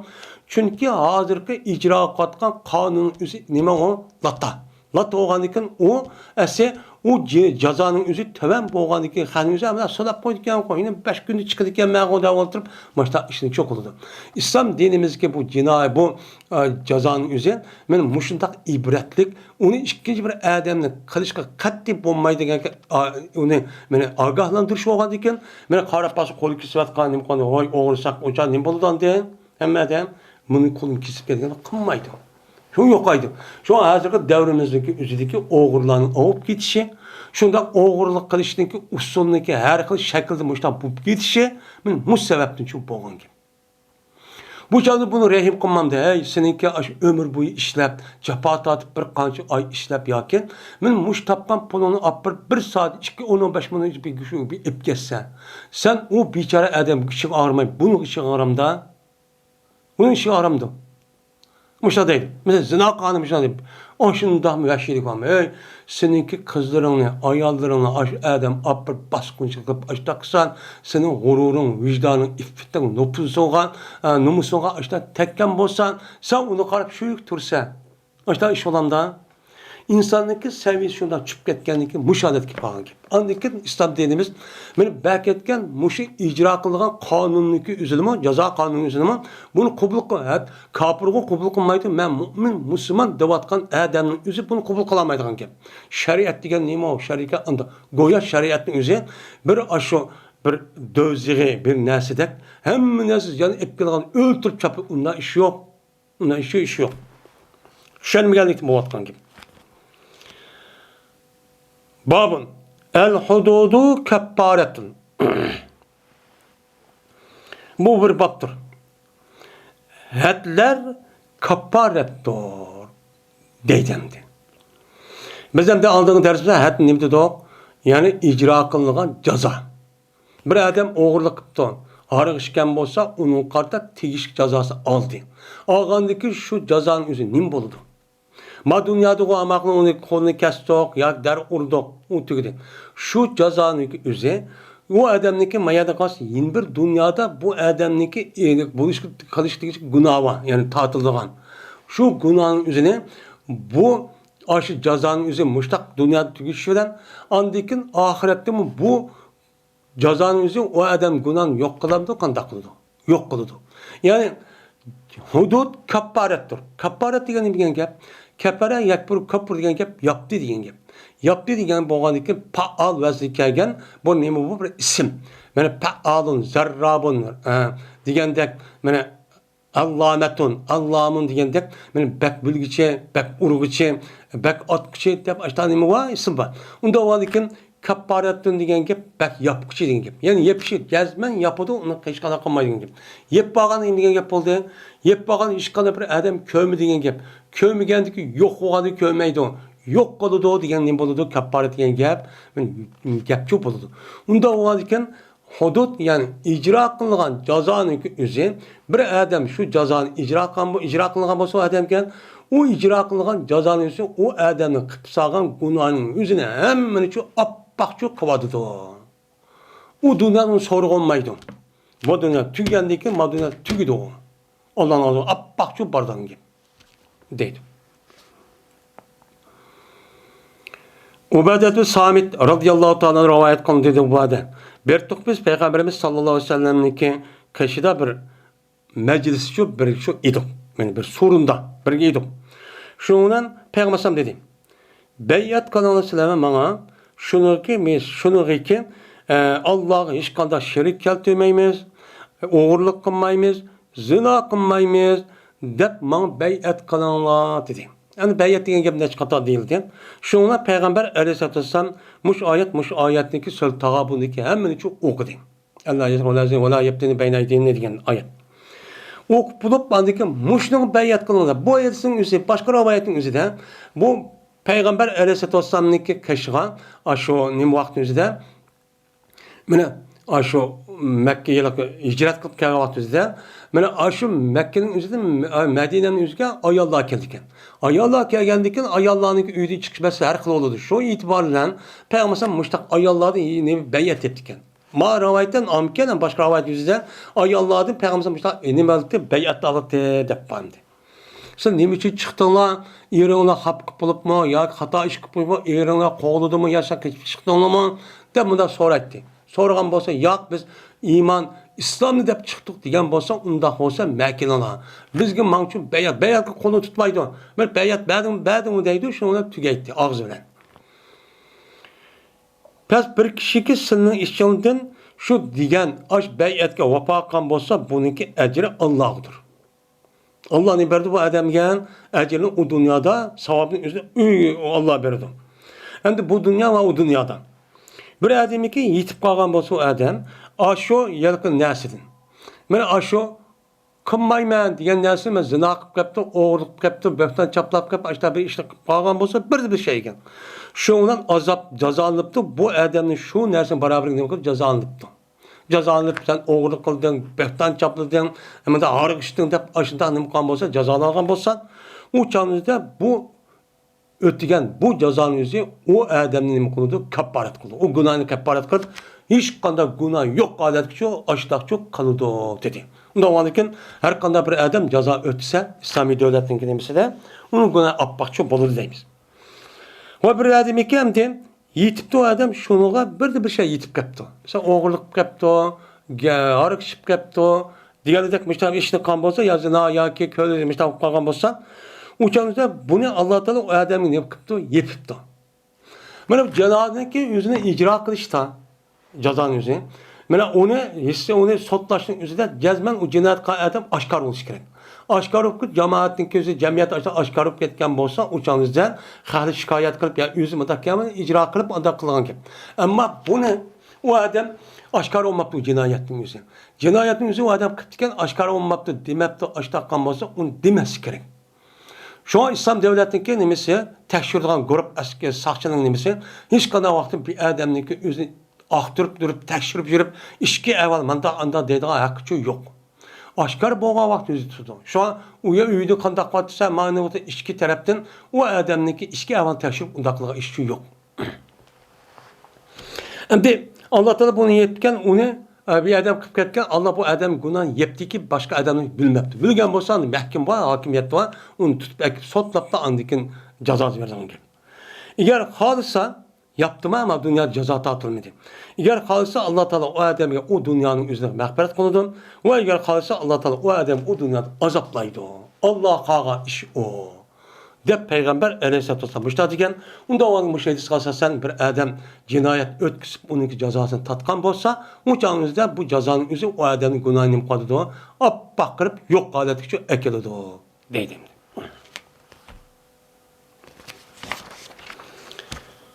Babın. Zehrul mu'mini himen illa fi haddin ev hakkın deydi.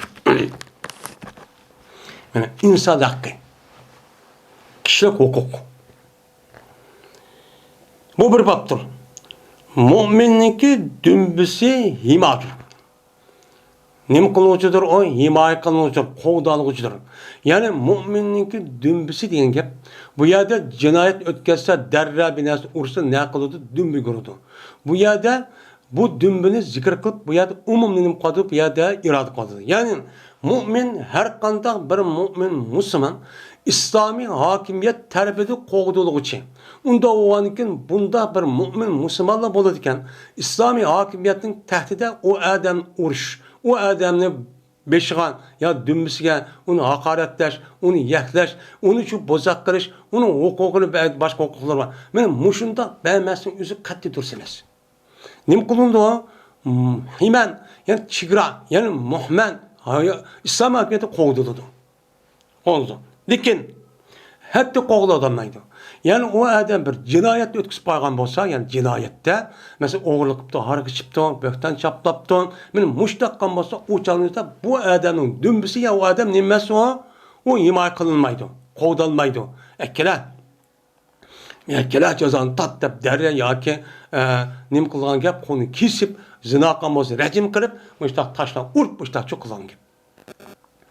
Ya konmaydı, hatta onda himaye çok kılınmaydı. Yani bir adamninki o adamninki üstüde hakkı yutib qolgan bo'lsa, shu haqqini erish uchun o adamni tutamdi, salamdi, men ashtaqisi shu bo'ladi. Bundan boshqa nima yo'q? Bundan boshqa o adamga o tutib, solab, olib borib, unda qiynab, unda xorlab qilishdan ki o'zi islom dinimizda, islomiy davlatda qat'iy bo'lmaydi. Shunga islomiy davlatda yashayotgan fuqaroninki haq huquqchi mening mushundan iborat. Beka tutmaydı. Eğer cinayet tutup kalgan olsa, aşkar kalgan olsa tutup ekildi, andaki cazanı ötküzüdü. Hazırki devrin sözü şu, mene kürvatimiz zulümdeki kaysi dereceye yatkenliğini için kürvatimiz. Beka kişilerin üzerine, beka tutup solap, harlap, hatta ki onu opçu adette veyrankan açta haleti koydum. Devlet tepti koruyelim. Bu kişilik hukuk, insani hak hukukudur müştak bulan da, bunda bulmaydı.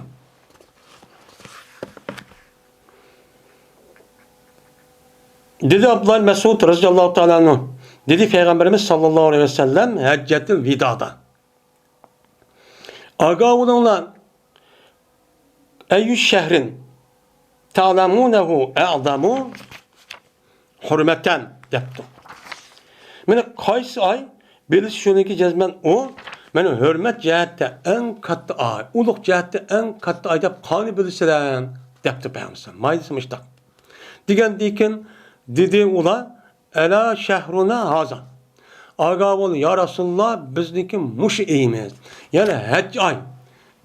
El haccu eşhurul ma'lumat. Hac diyen ma'lum ay dedi. Unda ovalki muşu ayki yani hac ayları olan qağı Şavval, Zulqade, Zulhacce. Men muşu ayninki özü bek ulu. Başka ay qarğa vakti de dedi. Diyen dikin dedi Peygamber. Agavdonla eyyü qaysi şəhərnisini bilirsə, hörmət uluqlaş cəhətdə en katta deb qaysi şəhərnisini bilirsə degan dikim dediler o sahabeler. Agavol ya Resulullah bizniki muş şəhrimiz. Yani Həccetil Vida degan gap oldu, şu Mekke'nin özü dedi.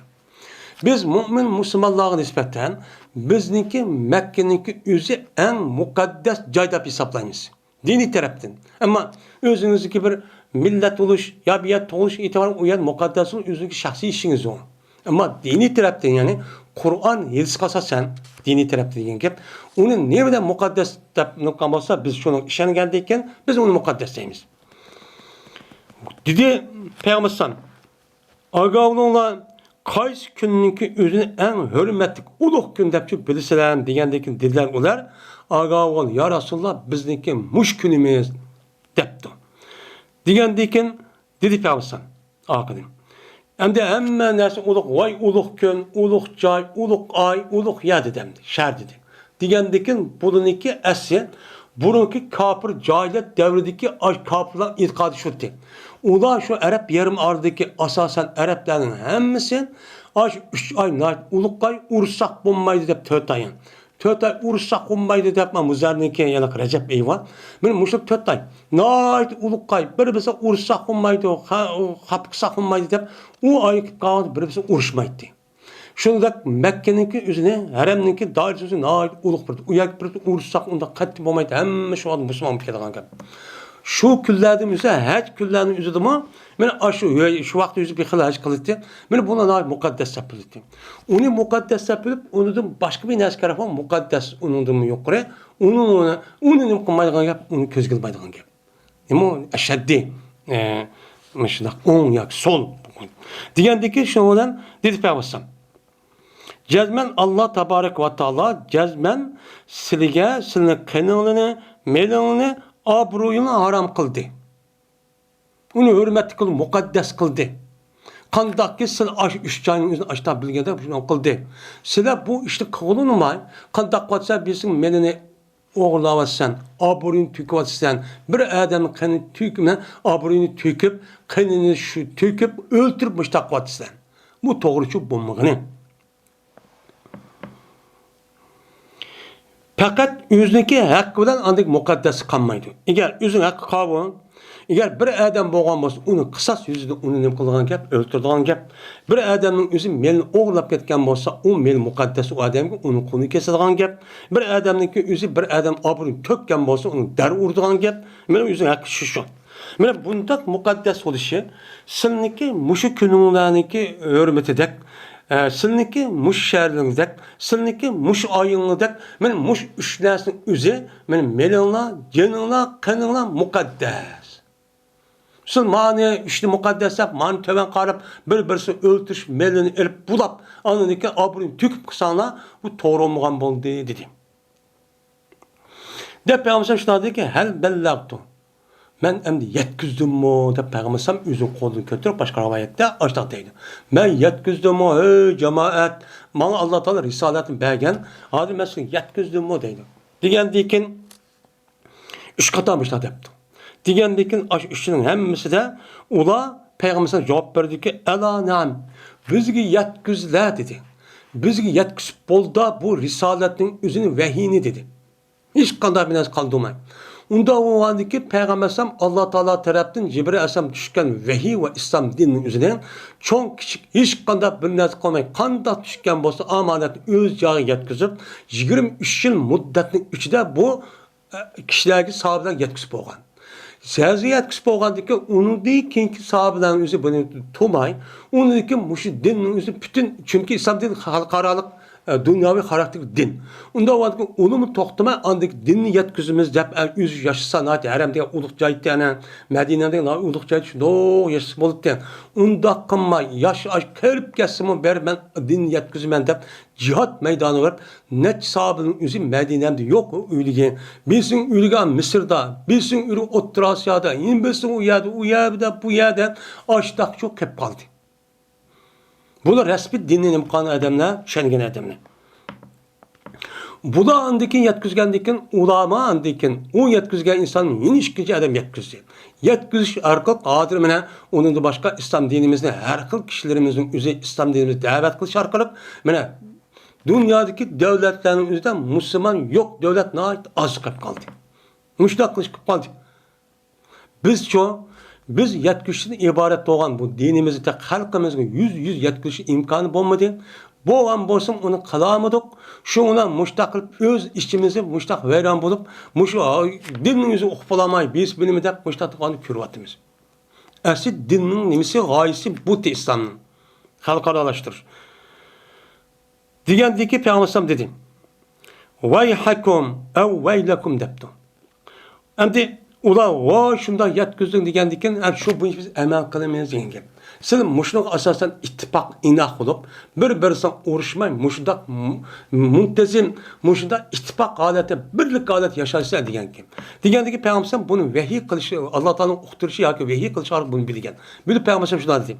Voy sizga sizga hozir voy yetkizdi, hozir men hamma o'xshar qo'lni chiqarib ishlab qo'yatsizlar. deb andikin voy sizga deganingizda oyoq xitob qilgan bo'lsa-mu, bu xitobning o'zin ularniki davridagi Osman roziyallohu taolo bo'lgan. Undan keyingi davr, ya'ni kunimizga kelib bo'lgan mushtung hammasi xitob. Yana bu dinsi. Shon voy sizlar la tarji'unna ba'di kuffarin. Mendan keyin kofirlikqa qaytmanglar. Kofirlikqa qaytmanglar dedi. Qanda yadribu ba'dukum riqaba ba'din. Mana kofir bo'lib ketishniki sababi nima? Sizning ba'zan o'ltirsan deydi. Benim muşu silning nima bo'lishinglar, men voy ashu bu nima bo'ladi? Hozir voy degan bilan keyingi davrimizda bu insonlar bo'linib, bizni fikri birisi o'xshamaydi deb, kofir, ma'murtat deb, shu bir-birini o'ltirishsan. O'ltirishgandan keyin bu hozir birlik yo'qaydi. Men mushuk qapqa ahvolni men bilgandan keyin buningga Allohning bilishim, men voy deb bechora deb, men mushuk to'yataman. Deb payg'ambar sollallohu alayhi vasallam amaliyotda mushtaq bo'ldi. Endi bu aytsangiz zoiri shu. Bir adam o'ltirib kofir bo'ldi. Mana bu kofir qaytmanglar dedi. Bu payg'ambar degan gapning o'zi nima tahdid va tashdid. Yoki bo'lmaydi, sizlar mendagi kofirlikqa qaytmanglar degan kofirga o'xshaydigan mana kishilarcha bo'lib qolmanglar. Kofirlar qanday qiladi? O'ziniki dunyoviy shaxsiy manfaatda biz birisini o'ltirdi hozir kunimizda. Undaqcha qilmanglar. Mushtaq qilib qolsa kofirlar o'xshab qolasizlar degan gap bo'lib, bu e'tiborlar bu nima undaq qilib qolgan bo'lsa, o'sha dindan chiqmaydi. Yani onu da başka peygamber sallallahu ve in katala ve in saraka ve in zana diye hadisler var ne aldığın dersimiz kontak. Yani ona halal sanımızla, ona halal sanımızla üzere bu fikir cihati hata ketip başta uğraşıp kaldı demek dindi çıkmaydı. Lakin resmi İslam hakimiyet durup onu büyüdüş, ya parçalaş, acizlaştırış, mesleğinde aslında ne kan bolsa uçağımızda o böyle askeri yani Koral kişiler karşı doğan bolsa yok vatı ben tep uçağımızı bunu öldürürüz. O Müslüman, o kafir tep öldürmeydi onu. Ezip gitti. İslam hakimiyeti karşı çıkıp gitti de öldürdüm gibi. Babu ikametin hududu ele şerifi vel yadî.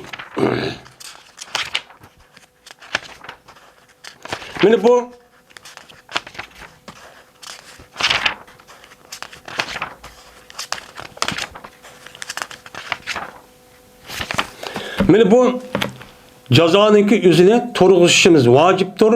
Meyl uluk kişi olsun, muteber, meyl töven katlamlı kişi olsun, her kandak kişiye cinayeti ötküsüp kalsa cezmen o cinayetin cezasını icra kılışın onu çok turguşuşumuz gerek. Onu kılışımız gerek.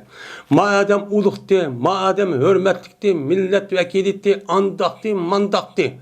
Madem töven boğanı kembekal bunu kısa hiç de bulmaydı. Mağanı da anı kısa kılmaydı, mağanı kılımız. Deydi iş yok. Hemmimiz o'xshashni nima qilamiz? Islom dinimizniki nimasini qonunni o'xshash ijro qilamiz. Jazo qonunini. Bu yer farqlanmaydi. Mayli podshoh bo'lsin, mayli mas'ul qo'mondon bo'lsin, hammasi islom dinimizning qonuni oldida o'xshash. Birisi-birisining ortiqchiligi yo'q. Nimishqa? Tövanda payg'ambar shunday deydi. Ayşe raziyallohu ta'ala rivoyat qilgan Usama gap qildi.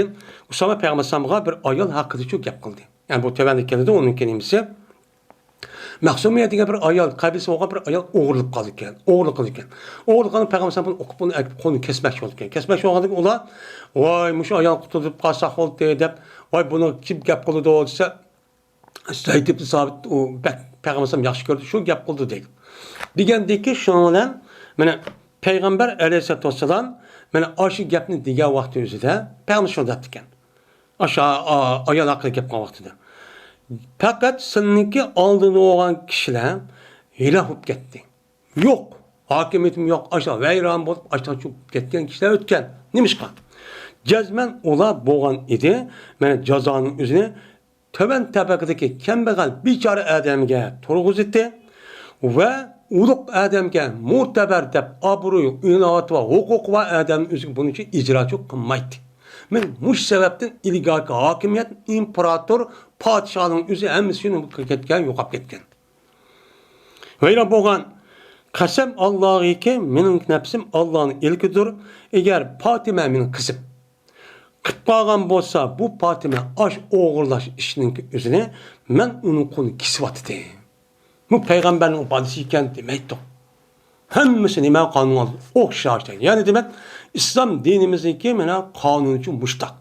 Endi mushtaq bo'lish orqali endi bazı devrimizde, bazı insanlar işte ayrımcılık karışık üzere bu dinimizin emez, İslam dinimizin emez, şu türdeki insanların neymesin olduğu sebepten oldu.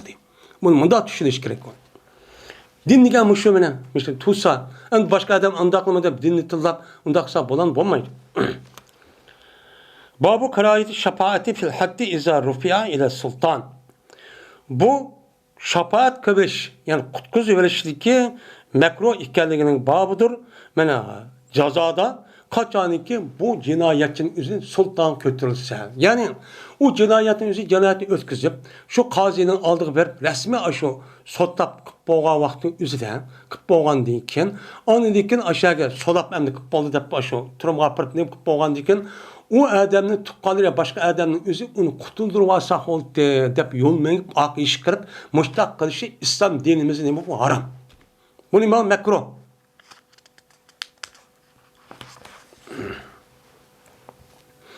Benim muşundaq yana açtaq naçar adamın sebebinden benim bazı ehli ilmina ve ölümalarımız üzerine muşundaq yani özen pul vadap mani vada verip anı yügürüp mandak kılıp benim muşundaq kılıdığan açtaq şu açtın hemmesi neme haram. Neme o haram? Haram işini kıldı menip yürüp pulun üzümü haram. Ağa adam şu işini kılıdı şu palıdı bu nati iğir iş. Eğer o cinayetin üzerine bir yak bağmaptı. Yani devletin aldığı bağmaptı hakimin aldığı. Bağmağımız mehbi kapan, mehbi kılış nime o vacip. Onu aşkar kılmışsın deydi. Aşkar çok kılmışsın, şüphetim kıp kalsın deydi. Bu yerde appırıp cinayeti ahtırıp yürüp onda kılış yok İslam dinimizde. Ayşe Raziyallahu Teala rivayet kılınıdan. Şuna dep gezmek Kureyş, men ulağa Mehzumiye kabilesiga mensup bolgan, yani oğurluk kırıp, men Mehzumiye kabilesiga mensup bolgan bir ayolning işi nimene Kureyş kabilesine aitdi.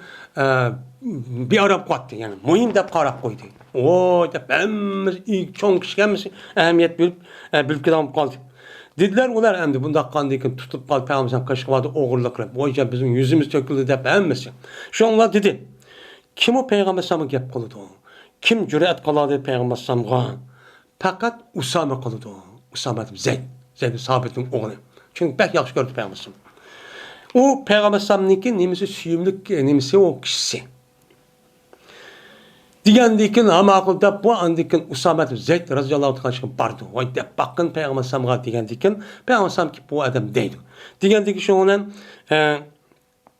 Peygamber sallallahu gap qildi. Digendiki Peygamber sallallahu deydi ki aya sen şefaat kılamsan Allah'ınki cezasını icra kılışta bir cezada bana bir ceza hakkında bir adamın kutkuzundan dep şefaat kılmanın kaşımışta qatamsan. Bu Allah'ınki nimisi onu aldığı başlayınımızda Allah'ınki hakkı. Allah berketken mukadder olan ukubet. Ceza. Sen işte kılamsan. Dep andaki todi peygambersen mene şöyle derhal adamı kışırıp sonra turup aşağı kanı oturdu. Töbenki ben hutbeni şu okudum. Yani töbenki dotuklucu sözledim. Sözlep dedi ki ey insanlar cezmen ki aldığınız kişiler ezip müştak veyran ketken. Kanda cezmen ola birti kaçanik uluk adam terk uğurluk kalmasa onu terk edip kılmaydı, icra kılmaydı. Kaçanik zayıf, aciz insanlar men uğurluk kalması olan içinde ulağa mene cazanı için turğusitdi. Muş sebepten ilgili ümmetin üzü onunki hakimiyet devamlaşmay, onun hakimiyetini getdi ola yokapçı veyrancı boldu. Kasem Allah'ı ki eğer Fatime binti Muhammed manı ınıqlıdı. Oğurluğun bolsa cezmen Muhammed onun konu kisvatıdı. Hemmisi İslam dinimizden, mel çoğun olsun, mel küçük olsun, İslam dinimizde bu kanunun aldı da bat beraber. Milletvekili, o parlament azası, bu başlık degen gap yok. Hemmisi okşaş. Her kandak adam, Fatime radıyallahu ta'ala'na yetamaydı. Peygamber aleyhisselam sahibi şeriat oğa adamın üzü, eğer benim kızım, Peygamber sallallahu aleyhi ve sellem Fatime'ni pek yaxşı gördü. Kağanım yaxşı gördü, onu pek yaxşı gördü. Onda o adı ki şunda bu Kasım'a yaxşı görgen kızım, kanunu aldı da okşaş, ben onu icra kılamam. Dedi. Onda o adı ki İslam dinimizde kanun, yani Müslüman dinime o ibaret.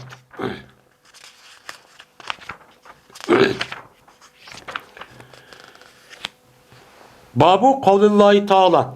Bu Allah Teala'nınki vassariku vassarikatu faqta'u aydahuma jazaa'an bima kasaba degan mush oyatniki so'zniki nimasi o baptır. Mana Allah Teala bu oyatda o'g'irlik qilgan er va ayollarning o'zini u ikkisi qo'lini kesib o'tadi. O'g'irlik qo'lini kesishning o'zi Qur'oni Karimda nima sabit. Mana oyatda yoki mana qanday o'g'irlik qilsa, qanday narsa qilsa, o'g'irlik qilsa u jinoyat bo'ladi, uni uchun dedik.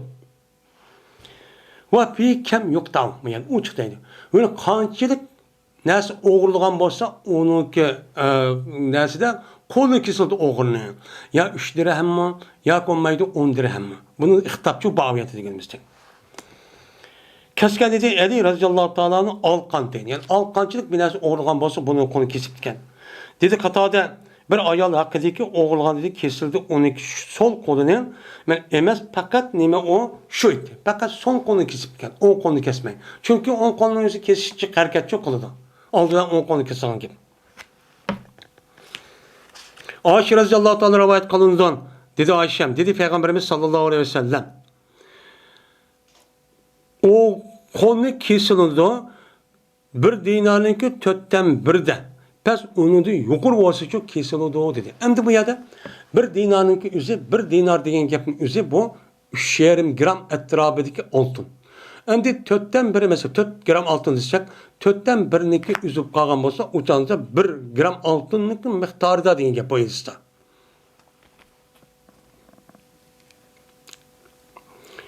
Yine Ayşe radhiyallohu ta'ala rivayet qildi. Bu kishi bu Ayşem Peygamberimiz rivayet qildi. Dedi Peygamberimiz kesildi o'g'irniki qo'lini rubi dinarda. Bir dinarniki 4'ten 1'ini o'g'irlab qolgan bo'lsa, shuning miqdorida uni kesildi dedi. Yine Emr binti Abdurrahman'dan rivayet qildi. Bu adam o Abdurrahman'a, Muhammed bin Abdurrahman'a hadis bayan qilib shuni deb yazman. Ayşem, men hadis bayan qilib Ayşem ulağı Peygamberimiz. Dedi Peygamberimiz kesildi o'g'irniki qo'lida bir dinarning 4'ten 1'ini o'g'ilgan bo'lsa, 1 gram oltin deydi normal taxminan. Bunu da debdi. Bunu da shunda. Yine Hişam rivayet qilgan otisidim. Dedi otisi. Xabar berdi men Ayşem shundagi jazman o'g'irniki qo'li kesilmaydi Peygamberimizning zamanında fakat mijanninki puli olgan bo'lsa. Mijan degan qalqan. Mana bu shu o'qitib ketmasin deb mijan bor. Mijan shu vaqtda qanchalik pul qoldi? Bunda o'xshagan ixtilof bor. Ba'zilari 3 dirham deydi, ba'zilari 10 dirham deydi, ba'zilari manch pul deydi. Unda mushrik yetgan bo'lsa nima qildi? Uni kesildi. Yani hacibat yoki turs deydi.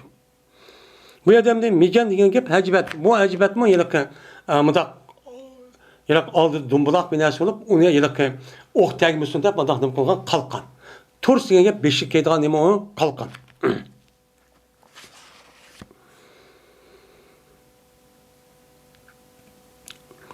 Ayşe'den rivayet qildi yuqorgi hadisga asosan 6-hadis. Yine Ayşe'den rivayet qilindi. Dedi Ayşe, bo'lmagan dedi kesildi o'g'rining qo'lini men tabarrak hacibetin yoki tursden.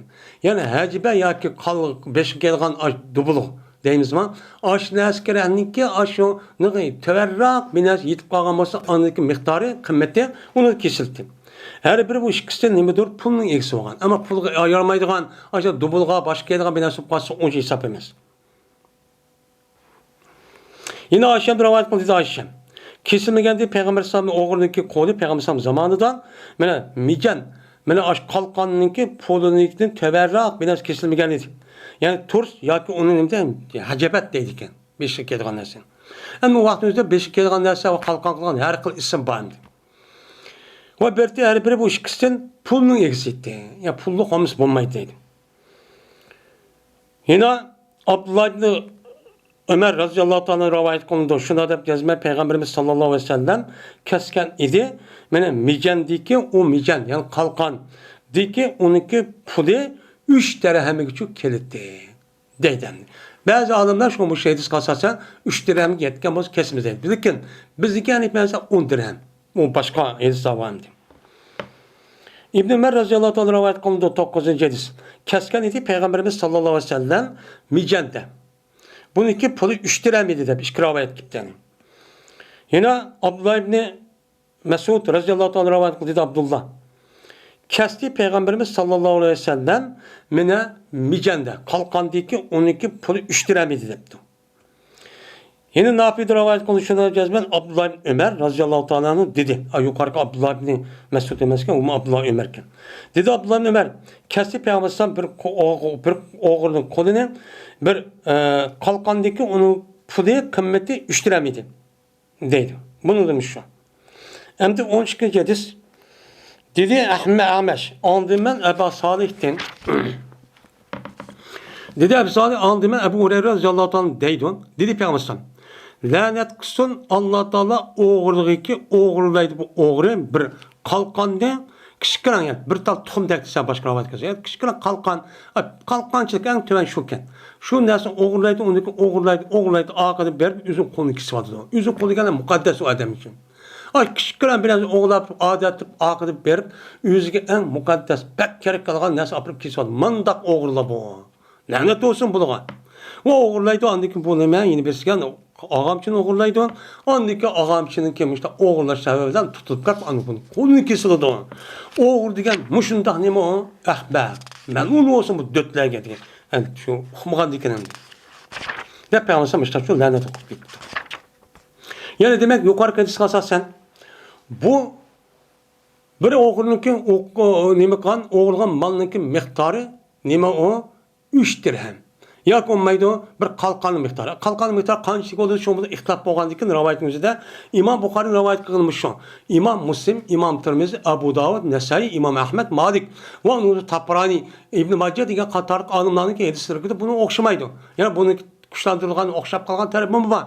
Oxşamay aşındağını oxşay. Fikri alımlar benim muş hadisi asas kılıp aşındağını koymagan, bular oxşamagan. Babu tevbeti sariki. Bu oğru adamniki, tövbesiniki, kantak buluşuniki, hakkıdaki baptır bu. Yani oğru ne kıptan tövbe kıptan. Tövbe kıptan şu zadi ay kol kesilganiki ya kesilmeşinin aldı da tövbe katli kılmayman depti, o kandak oldu. Ayşe radıyallahu ta'ala rivayet kılınışında cezme Peygamber kesip bir ayağının kolunu dedi Ayşe. Ve berti bu ayağın keliti bunun deyken şu işteyken kandak kıldı, benim kaşım kelti, o kötürdüm ben bu ayağınınki hacıdı Peygamber sallallahu. Peygamber için ben kötürdüm. Şu neymiş kadı gende bu ayağının özü şu kesilgəndeki tövbe kan ve onun tövbesine çıraylı kılıp ketken. Güzel oğandaki şu an Peygamber'e müştak kılıp, öşmelle kılıp, bal vakılıp, öş kılmayın. Yani onundan alakalı iş, vay Ayşe Peygamber'e desile de, ay kolu kesip atkan deyin kimi müştak çok kılan. Oğruğa adamın tövbesi müştak olsa, o neme o yaxşı adam çok buludu. Peygamber'e ne dedi ya da, bana oğruğa'daki kolu kesip arlaşmanla kemmisin demedi. Çünkü onun tövbesi yaxşı oğandaki. Yani demek, İslam dinimizde bir adam müştak cinayet etmesin, müştak muamele kılımız. Yine Ubadet bin Samit radıyallahu ta'ala rivayet kılın dedi Ubadet. Beyat kıldım ben Peygamberimiz sallallahu aleyhi ve sellem'ge bir kança bir cemaatin içi durup ben nime kıldım beyat kıldım. Dedi Peygamber Ubayyikum beyat alıp ben sildim. Şunu ki Allah Teala'ga hiç kanına şerik keltirmeysen, oğurluk kılmaysan, senin balanın için öldürmesen ve böhtanı seninki aldırılda ve İşki kolununki aldırda ve işki putununki aldırda hiç kanda bir böhtanı tokumaysan. İşki put neyma? İşki putununki ağırlık degen gel. Yani madem anına zina kıptı, mında kıptı da böhtan çaplar. İşki kolunun ağırlık kavun, işki ağzı. Yani adam ağzını kıptı, ma kolunu uruptu, ne kıptı deydi kaldık. Ve onda böhtan çok kınmayımız, depnemi kılsıdan, onu için, bana için beyat kılsıdan. Yani Peygamber aldı bilen cemiyetini ıslah kılışta aldıdan bulanıki şahsi ila ahlakısı birisinin menen böhtan çaplaş, kar çaplaşına ibaret olan bu cinayeti tüzeş bilen başlayan. Şu an her kanda bir ümmetin ıslah kılışı milletin halkının aldığından bulanıki şahsi ahlak düzülüş gerek. Onundaki cemaatten boğan ahlak düzülüş gerek. Andaki düzüldü, andaki galip kalanaydı. Bombası şu gapni çoğukup koyup, ayak koyup, ahlak buzuk, onda olsun ne mi o? Hiç kadar paydası yok. Şimdi bana mağrup işte hiç kadar asi olmazsa. Mağrup iş kavı Allah'ın Resulü aş Kur'an esip buyurgan doğru dep belki işte. Hiç kadar ben buyurgan bolsa onu her biz asi olmazsa. Anda o ki bir adamın senin işinden o degan aşı bayatimiz vafo qilgan bo'lsa, buniki ajri Allohdir. Bunun mukofoti Allohga berdi ama dunyoda uchun. Berdim. Allah bergandikin ma dünya ma Allah ma dünya Allah'ınki mu dünyası, o dünya ma Allah'ın demesi o ahireti. Her ikisi birden gibi. Bir adamı ki şu işten bir şey yitip kaptı. Şundan o adam tutulup da bu dünyanın üzeri tutup aprıp pazını aprıp sotlap mesela cezalap kaptı. Onda olsun bu o adam için nemedir o kaparettir ve pakizleştir. Yani şunda cinayeti ötküsüp kalgandikin onu cezalagandikin o cezanın üzerine günahını yapıdı o adam pakiz appak çok kalıdı. İkinci o adamla doğru yapmayız. Bir adamı ki onu Allah Teala beni yapkan olsa yani aşkar olup yaptıkan cinayet işi. Şundan bu Allah'a mupevvesi. Eğer Allah kalırsa o dünya bağın azaplaydı, eğer kalırsa mağfiret çok kalıdı. Dep Peygamberimiz baştakçı diyen. Yani demek oğlununki o tövbesinin üzeri benim muşundak olsa o makbul. Yakşı edep boludu değil. Dedi Ebu Abdullah kaçaniki bir oğlu kolu kesilgendiyken bana tövbe kan olsa onunki şahadeti kabul kılındı. Şahadeti kabul kılınmaz. Bunu da ihtilaf var. Ölümalarımızın üzeri bir adam bir cinayeti etkip derya ya ki bir ceza yap onundaki kalması bu adamdaki cinayet bu adamdaki ikinci kabul kılınıp appak bolamdı bulmadı. Yani bu adam ikinci bir adam üzeri guvalık verdiğin guvalık kılgan iş şu makbul mu makbul emez mi degende bunu da iki göz karşı var. İmam Bukhari katarlık alımların göz karşı katli ne kılındı tövbe nefesinden kabul kılındı. Lakin İmam Ezzem'deki göz karşı bu kabul kılınmaydı. Ne kadar cezalanır değil. Ve her kandak mehdut.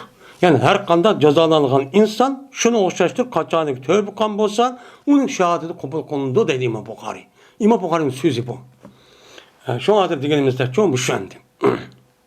Yani günah şehadeti kabul kılmış bir insan bu işi itibaren kabul kılınan gibi. Ama bu adam onu kılınmışsa uçağın yüzde yeni oğurlap kalmasın uçağın yüzde onu kabul kılmaz. Bana adam.